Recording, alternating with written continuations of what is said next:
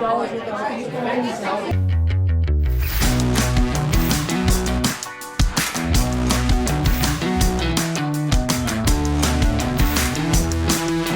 talking about the 5 epistemological reasons of truth. Now, I have something I go through. I'll go over after you cover these, but and I kind of divide them into 3. And I think it pretty much goes along. I'm not sure yet with what you're saying here with these 5, but I was intrigued by what you're talking about here, because I think it is crucial to understand what people mean or don't know what they mean when they say, I know the church is true, or I know the gospel is true, or I know that Jesus is the Christ, right? What is that? And truth is so crucial today, again, because of all of the noise that is out there that we get from social media, the internet, and all these voices. You know, what is the signal? What is the truth? And how do you know that? So that's why I wanted to, that's the primary reason actually I wanted you on here, was for this discussion on this. What are these 5, I think you called them witnesses actually, or maybe we could say witnesses of truth, that can bring someone and help them understand what they really believe and why they believe it? So this is a subject that, when you're asking the question of how does someone know something, how do you know what you know? You're asking one of the most profound philosophical questions there is, okay? And the nature of knowledge is, there are books and books and books on these sorts of subjects, okay? So even for me to try and delve into this, I'm doing my best. So I always kind of tell people, like, this is provisional, but I've kind of constructed a model that, as I ask myself that question, well, how do I know? One of the first things I came to realize is that to know something does not mean perfect rational certainty. It just doesn't. Greg, did you speak Spanish, or did you serve a Spanish-speaking mission? Mm-hmm. So one of the very first things you learn in Spanish is that there's actually 2 words for to know something. There's saber and there's conocer. These are 2 different ideas. One is to know something sort of rationally. Like I use the analogy, like I could read an essay about love, right? Like that's to saber love, right? To know it with your mind rationally. But then there's to hold my dying child in my arms. And that's to conocer love, right? It's to have an experience with it. It isn't something that's just intellectual. It's an experiential type of knowledge, right?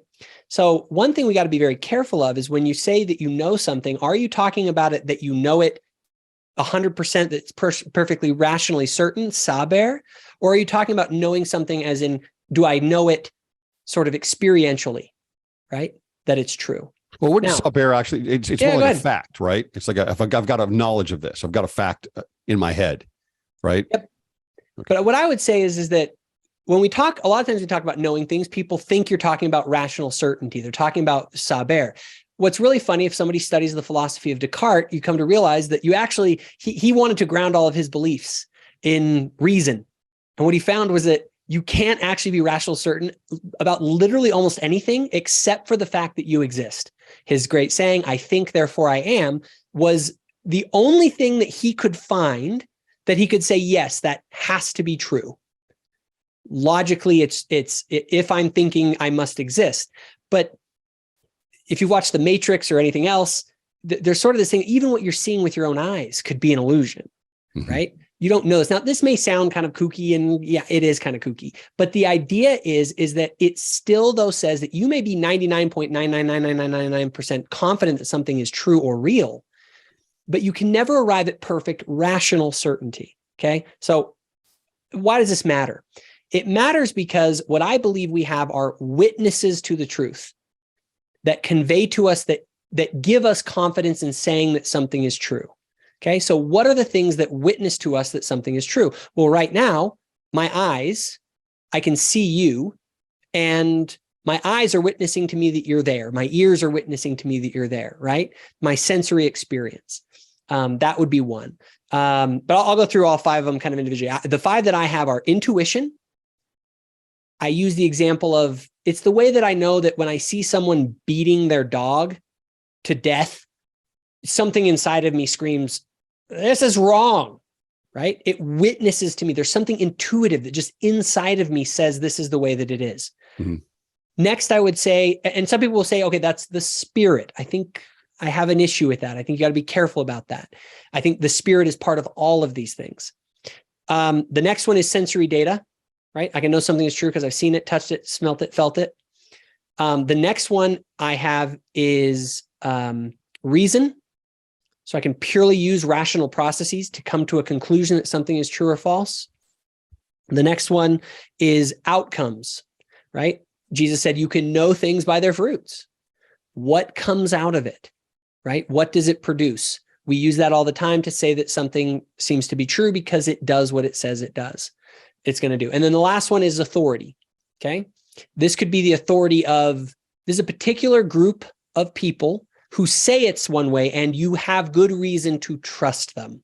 So for instance, if I have a group of doctors who are the best brain surgeons in the world, and they come and tell me that I have brain cancer and that they need to cut my head open, it's pretty crazy. I'm trusting these guys that they're right, that I actually do have brain cancer. And then they're actually going to cut into my head, and I'm going to let them do that because I trust their authority, because I believe that they have information that I think they're credible for what they're saying, right? And so that, in that sense, they are authorities. Okay. So that's kind of the real brief outline. I actually have a 5-part video series that I'm in the process of editing on this that goes through each of these in great detail. So that's my quick, ugly summation. Okay. So is there a hierarchical structure to these 5? Is one more important than the other? So my contention on that, because that is a great question, is that it depends on the context.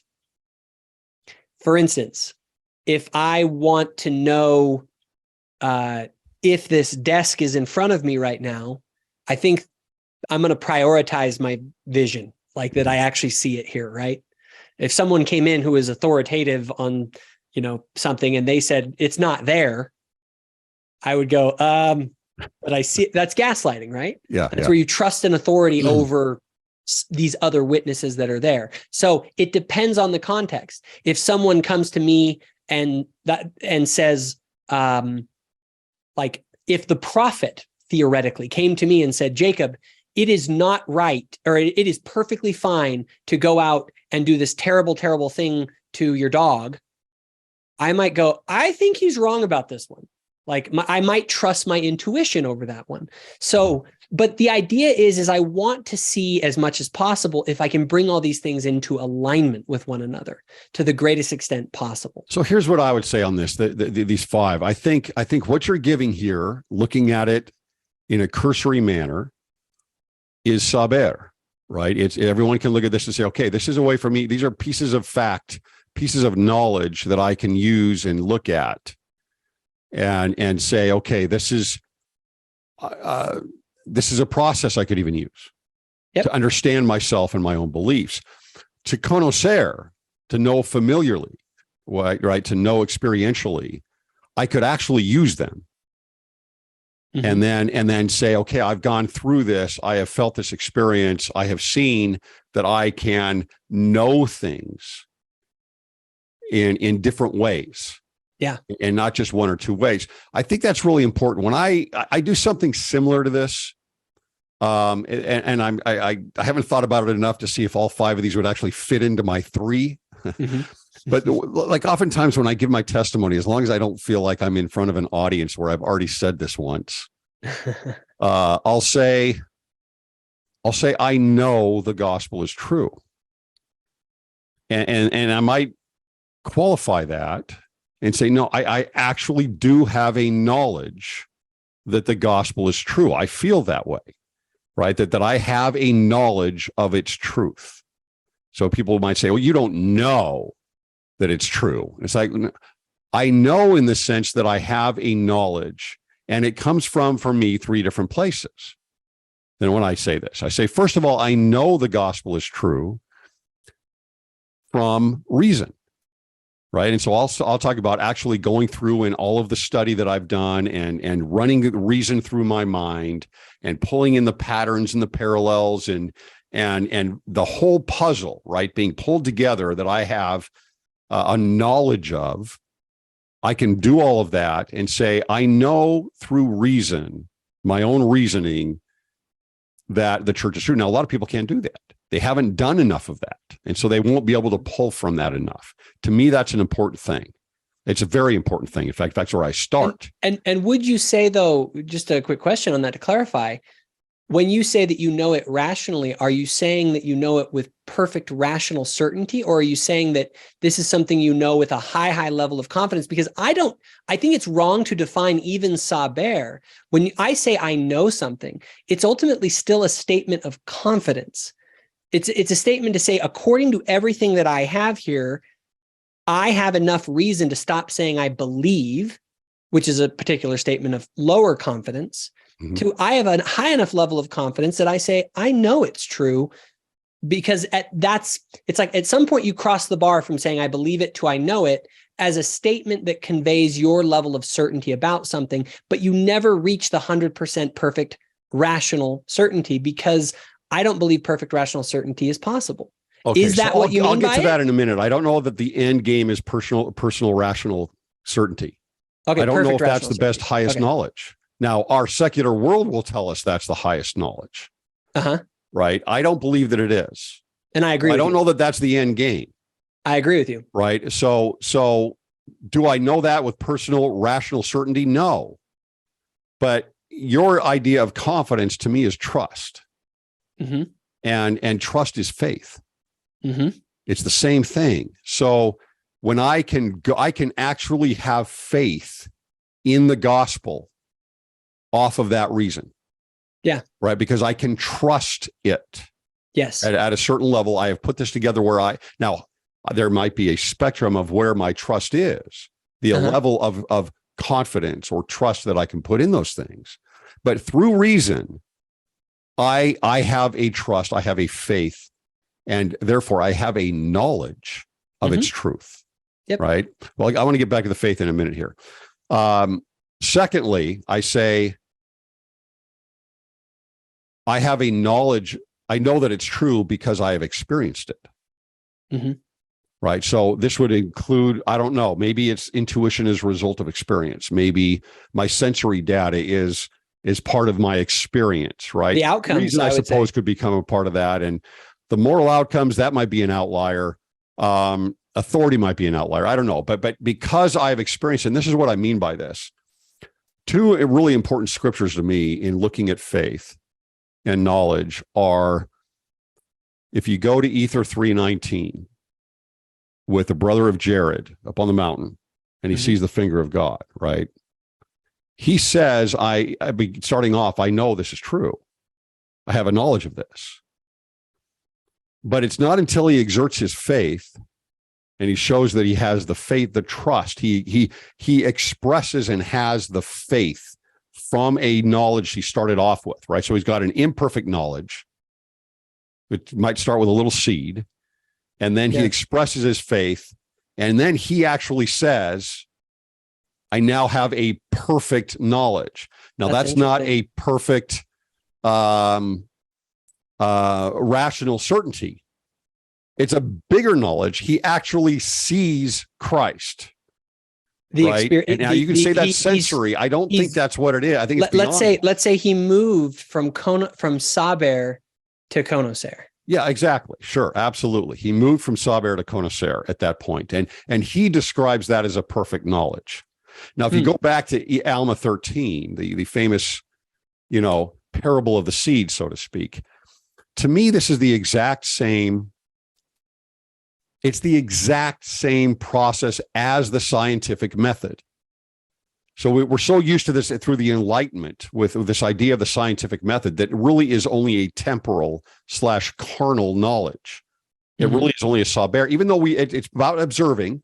So you do have the experience of it, but ultimately it's creating facts. And it matters. And that's the other thing. I want to be very careful. I'm not a person like I think we get into the point where people are kind of like, oh, well, the way to get perfect knowledge is just to you don't have to do any of the science stuff. It's just whatever your intuitions tell you. No, it's crucial. It's the lower law, and you can't ever get rid of it because that's our law. That is us reaching up toward God, right? That's the temporal law. It's just like when Jesus says, look, I'm not doing away with the law. Yeah. I'm fulfilling it, right? It's you don't get rid of the Aaronic priesthood. It has to work with the Melchizedek priesthood. Yeah. Right. There's a purpose for those two sides. One is the lower law, one is the higher law. So you have that lower law. Our reasoning is the lower law. It's what we do on our end to try to reach the truth and to try to reach God, right? But he actually says in there, take that seed, which is the word. It's a fact. It's saber. It's saber, right? Take that seed and nurture it, and it will see if it doesn't grow. And he actually says, do this as an experiment. Mm-hmm. He's using the scientific method in a spiritual sense. But Yeah. the result isn't what I observe physically. The result is what I experience. Yeah. And moving you back toward the brother of Jared, toward what you can get more of, which is more of a perfect knowledge through experience, Mm-hmm. right? Through connoisseur, right? So that's the second thing. And then lastly, and is to me, it is the Spirit, right? Third is the Spirit. That is different. That is an experience, but I may not always look for that, even sometimes when it comes. Mm-hmm. It may just arrive, but it's crucial in my belief system, in my epistemology, is that I have felt the Spirit strongly, sometimes not strongly, sometimes medium, sometimes very heavily on certain truths, and trying out the experiment Mm-hmm. and actually proving it. You know what I don't like, Jacob, is when we say the idea of like a belief is, and we try to reason this into a place of, well, it's like this blind faith, Uh-huh. and where you're like, well, you just have to believe. Yeah. No, you're going to lose it, especially in our day and age. There's no way you're going to hang on to anything with that. Yeah. You have to prove it, but you're supposed to prove it. Yeah. There is evidence for faith, right? You have to build evidence. Faith is evidence to me. That's you have to have the evidence through that experiments. And as we're talking in our verbiage here, moving from saber to connoisseur. Does that make sense to you? Yeah, no, I in fact, so my fourth video in this series tackles this exact topic. We go into sort of the idea of what's called epistemological foundationalism, which says, is there something that gives us ultimately that can justify as sort of a perfect knowledge, right? That is kind of the ground floor of justifying your beliefs, to where, and in my estimation, just like you're saying, it exists in the realm of connoisseur, not in the realm of saber, not in the realm of rational knowledge, but rather in the I experienced it. Now, I may misinterpret my experience that I have. I'm perfectly capable of that, but I can't deny that the experience actually happened, right? Mm-hmm. That I can know because I experienced it. But immediately, once I start to try and make sense of my experience, now I just switch from connoisseuring the experience, which is just the fact that I had the experience, which like I know it in the sense like I experienced it.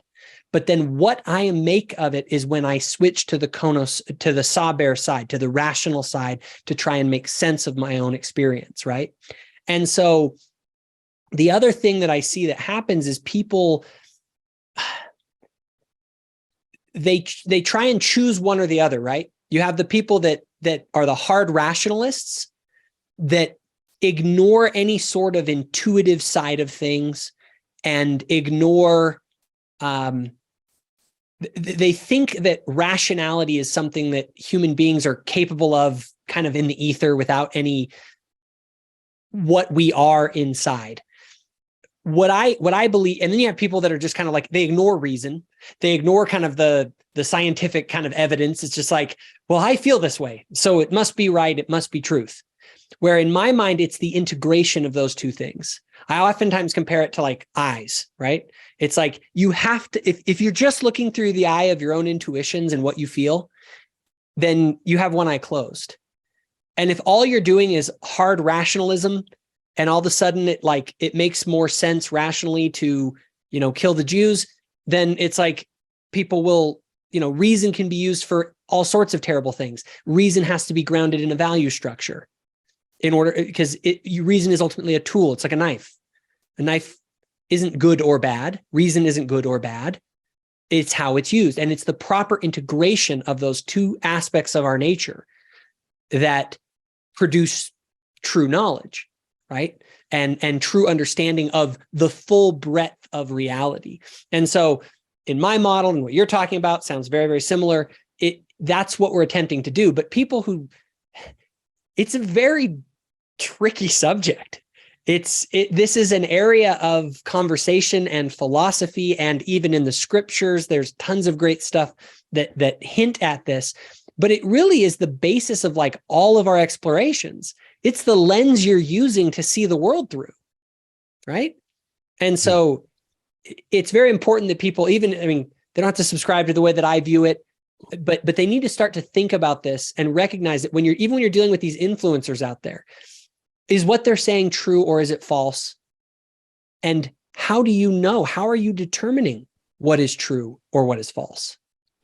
Yeah, and I think that's really important. You remind me of Joseph Smith in his Joseph Smith history, right? Where he's had the first vision, and it's no longer just saber, right? Yeah. It's not just facts. Oh, I know that this is true. This is what I get out of the, let me point you to John 3:16 or, whatever else. Yep. It's like everyone's telling him this is wrong. There's no way this is possible. This is from the devil. This is blah, blah, blah, blah, blah. And he's saying, I can't deny it. How do you make me deny what has actually happened? Yeah, what I have actually experienced. Yep. At this point, right? So what is stronger, his experience or his knowledge from what he was reading in James that triggered the whole thing?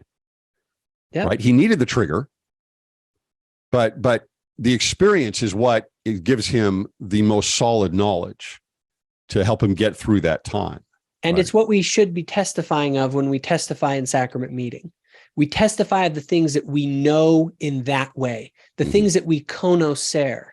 It's also interesting to see that, just so everyone knows, it isn't just a Spanish thing. Spanish has its root in like Greco-Latin languages, and I believe in Greek itself, which is the language of the scriptures. So you actually get a better language translation in Spanish in the Bible with some of these, because Spanish and the original Greek, they make that distinction between a conocer and a saber knowledge. They do, yes. And so you actually get to see that when Jesus Christ says to, like that, I know that thou art the Christ, or my Father has made this known unto you, to Peter, he doesn't use saber. He uses conocer. Sure. And it's interesting in the Book of Mormon, when we translate it from English to Spanish, that Moroni's promise says that you will conocer the truth of these things. Absolutely. Yeah. And it's when you start to realize that, you're like, wait a minute here. There's a lot of linguistic confusion going on that is causing people to say, oh, well, I can't say that I know that the church is true unless I have perfect rational certainty. And it's like, no, you say the church is true, that you know the church is true in the same way that you know that you love your mother. And that's what I was going to bring up. The idea of knowledge of things, the most precious things in life are given they're a knowledge of things that are not tangible. They're not physically observable in a scientific model, right? Yeah, but they are physically observable. They are spiritually observable. Yeah. And known and experienced. And so whether it's faith and trust, or it's love, loyalty, right? Friendship, sacrifice, all of these things, there's a knowledge of all of this, and it's done through experience, but it also, that experience brings you almost to a certain state of knowledge and being. Yeah. Right. That is built through this idea of experience and getting a knowledge through that experience. Having faith in the atonement of Jesus Christ is not a physical observation. Yeah. Right. I mean, there can be some physical manifestations outside of that, but the idea there is that the most crucial and important and precious things in life are built on evidence, but they are built on an evidence of experience. And that is a knowledge that is actually stronger than a physical scientific type of a knowledge. Absolutely. And I recently was I just finished Nathaniel and Terrell Givens recently wrote this new book, Into the Headwinds. And in that book, he talks about the famous analogy by Jonathan Haidt of the elephant and the rider. Right. And again, you can almost look at those in the same dichotomy between Saber, the lawyer who's riding on top of an elephant, right? That's the rational side. It's the lawyer. It's the one who can reason and do all that. But and I encourage everyone to kind of read this book and familiarize themselves with this analogy. But what we find is that people actually are driven by their elephant, and their elephant exists below the surface. And the thing is I've always wondered, like, what shapes the elephant? What shapes this deeper part of us that actually drives us? Is the elephant is largely influenced, this deeper part of us that drives us, and then we rationalize why we're doing what we're doing. But what's really driving us is something deeper in us. And I think that thing, whatever that is, our soul, our, the deep, whatever it is of our hearts, that is ultimately shaped more by experience than by argument. Sure. Yeah. Yeah, I interviewed them on that book. A great book. Really liked it. I kind of feel this is going into probably too deep of things, but the elephant to me is our subconscious. Right? It's a subconscious. That's what drives most everything that we do. We hardly make any decisions in our life compared to our actions. Yeah. It's just automatic. Everything that we do, what I just did right there, right, with slapping my fingers, that is a subconscious. I don't know. I'm not even going to call it a decision. It's a directive from my subconscious. Well, could we say that our subconscious, if we are both our conscious and subconscious self, could we say that subconscious part of us in some way is deeply connected with the idea of conocer, that it's deeply connected and shaped by the experiences that we have, and that I think that there's a symbiotic relationship between those two aspects of us. But yes, it is. I would agree. It is definitely our subconscious. But is it? I think our subconscious is deeper than we realize, and deeply tied to our and deeply tied to our soul and who we are. And we need to control how our subconscious is actually shaped. And I think our subconscious can be shaped experientially, deeply. I think, when you go in, you read, you study Carl Jung and others. I don't know. I mean, I may be getting too fringy here on this, but it's all right. To me, the subconscious is our spirit. Okay. And what I mean by that is it's the portion of our being that is spirit. Our conscious is what we actually get when we come to earth and get a body. And it is where we live in most of the time, or where we think we live in. Yeah. Most of the time, where we're actually making these types of decisions. This has a lot to do with actually partaking of the fruit in the Garden of Eden. We're getting a conscience and consciousness. And it's that consciousness and the ability to have a stronger, for agency to have a stronger impact on us, because now we have a driver over the elephant, so to speak. Yeah, we're not just the elephant. We're not just the elephant anymore, right? That is what informs the elephant. That is what helps put that into the right place, and that's why we can become a certain being, right? Is because that elephant just eventually is taking over, because it is the experiences, the knowledge, the choices that we make consciously are actually going to create that elephant, right? And are actually going to put us into a position where we arrive at a certain state.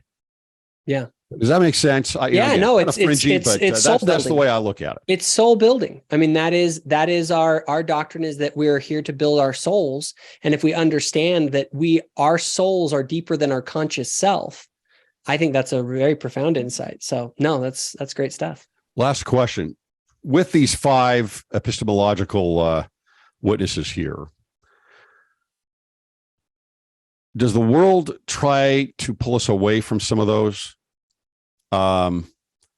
are some of the adversaries' ideologies and culture specifically designed so that we are reducing what we understand knowledge and truth to be? Absolutely. I would say that if you want to know someone's worldview, figure out how they feel about those 5 witnesses and which ones they kind of care about and don't care about. And you will find very, very quickly that you can peg their worldview pretty fast.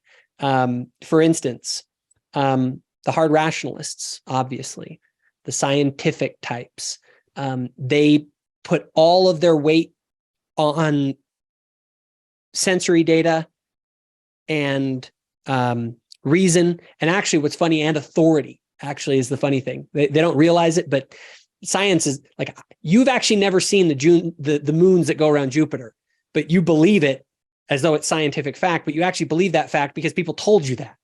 You've never actually seen them with your own eyes. Sensory data is literally, it's only personal. It's only things you've actually seen. An enormous amount of what we know is based on authority. So in all different ways, people hyper prioritize, even within the church. You have the people who hyper prioritize authority to where it leads them to blind obedience, to where they say whatever they say is true, even if I don't see it. Calvinists, for instance, I had a debate with a couple of Calvinists, and one of the things is it was like they prioritize the authority of the Bible, the authority of the dead words of the prophets, so highly that even if God himself came down and told them, you are wrong, they would say that isn't God because the Bible said that you would never say that. So you can't be God, right? So as I've pondered all these questions, what I've realized is that if you hyper prioritize any of them, if you're someone who just prioritizes your intuitive feelings and you run on what I call a feelings alone epistemology, I felt it. I had a personal revelation. Therefore, it must have been from God because I felt it. And no one can argue with that. It's like, no, I think that is, these things exist to be integrated. And I think the great quest for truth, when you really have confidence that something is true, is when all of those things line up. All of the witnesses, I use the analogy of you're the judge, you're sitting on the seat. If one witness comes in and says something to me, maybe it's true, maybe it's not. If 2 witnesses come in, say the same thing, 3 witnesses say the same thing, 4 say the same thing. If my intuition says something, my sensory data says the same thing, my reason says the same thing, the outcome or fruits of it say the same thing, and the authorities say the same thing, now I have a higher level of confidence that something that I believe is true or not.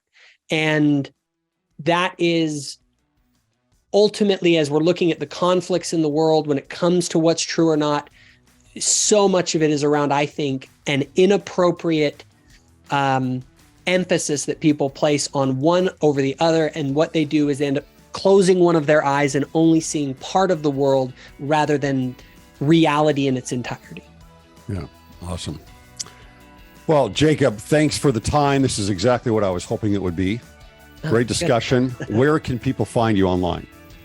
Easiest way, just go on to YouTube, search for Thoughtful Faith.